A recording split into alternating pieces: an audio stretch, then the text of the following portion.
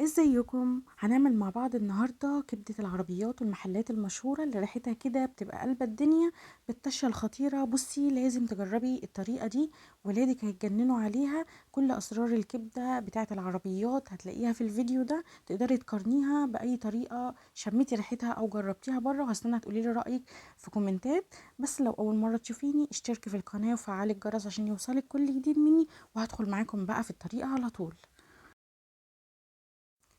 اول حاجه عندي حته كده من اللي هي الضاني دي، هتجيبيها من عند اي جزار، متوفره جدا. ولما تيجي تشتري منه كبده كده قولي له انا عايزه حته من اللي هي الضاني، بتبقى حوالي 30 جرام 40 جرام على حسب ما انت بتحبي كميه الدهون فيها قد ايه.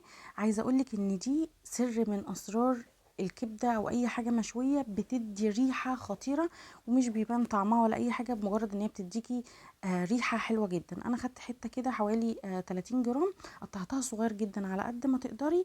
ودي بعد ما قطعناها هنركنها على جنب.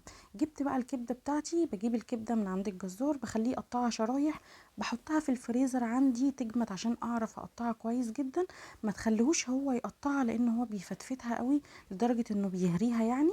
فانا بجمدها كده نص تجميده، وبعدين ببتدي اقطعها صغير جدا زي ما انت شايفه كده. على قد ما تقدري كل ما تقطعي صغير كل ما بتكون النتيجه معاكي احسن، خصوصا كمان ان هما بره بيقطعوها نفس التقطيعه دي وكمان اصغر شويه.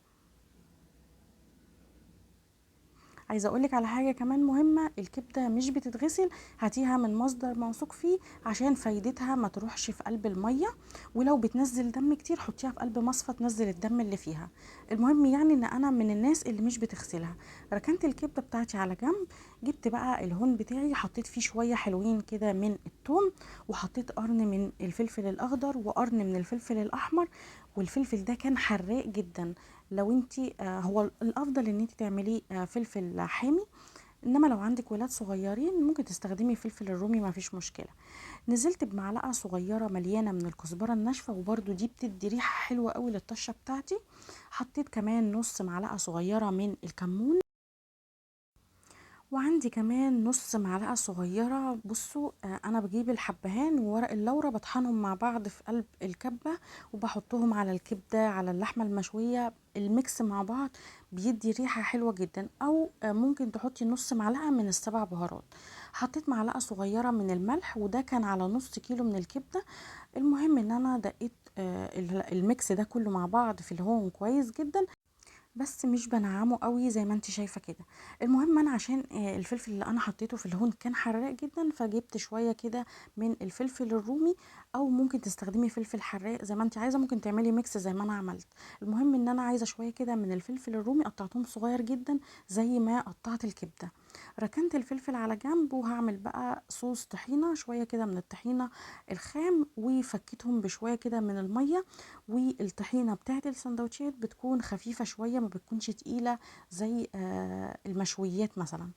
هنزل عليها نص معلقه كده من الملح، نص معلقه من الكمون، نص معلقه من البابريكا، معلقه صغيره من الثوم البودره، بيدي طعم حلو جدا للطحينه بتاعتي. وحطيت كمان عصير نص ليمونه ومعلقه كبيره من الخل. هبتدي اقلب كويس جدا وهركنها على جنب كده. الطحينه بتاعتي خلاص بقت جاهزه، بتطلع معاكي بالقوام اللي انت شايفاه ده. عندي بقى طاسة على النار، بسخن الطاسة كويس جدا وبنزل فيها بشوية كويسين كده من الزيت. وبعدين اول حاجة هنزلها اللية بتاعتي، وهبتدي اقلب فيها كويس جدا، ما تسيبيهاش. وراعي ان الطاسة ما يكونش فيها مية، وكمان اللية ما يكونش فيها مية، والا هتلاقيها بتطرطش معاكي وتحرقك. المهم ان انا قلبت كويس جدا لحد ما اللية بتاعتي ابتدت تنزل الدهون بتاعتها، وكمان خدت لون بسيط كده محمر.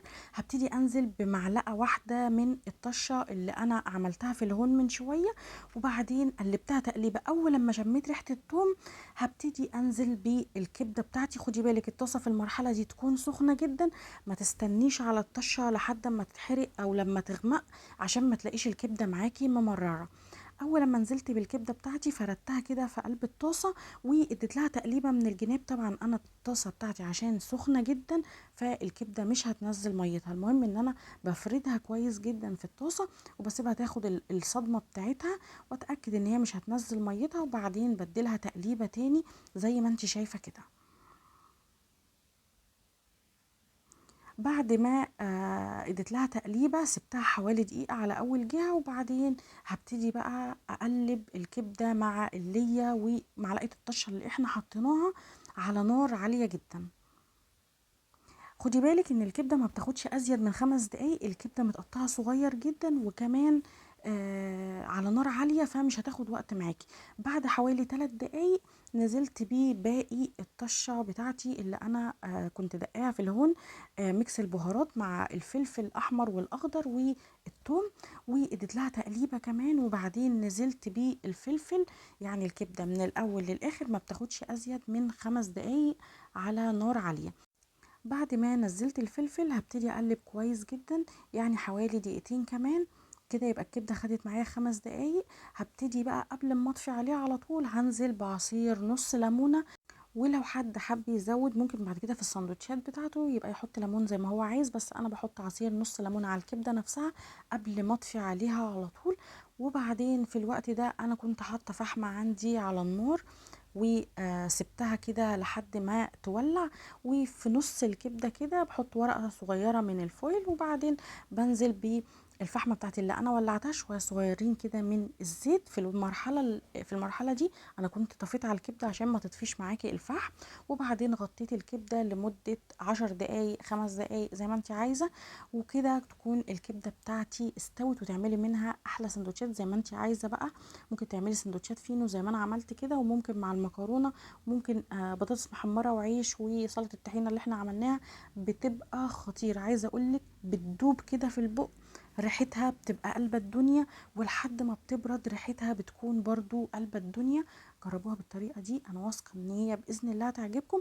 ممكن تعملوا سندوتشات زي ما انا عملتها كده، وسلطه الطحينه تكون خفيفه نسبيا زي السمك اللي انت شفتيه ده، عشان تبقى جوسي كده معاكي في قلب الساندوتش. جربوها ان شاء الله تعجبكم، واشوفكم على خير في فيديو جديد.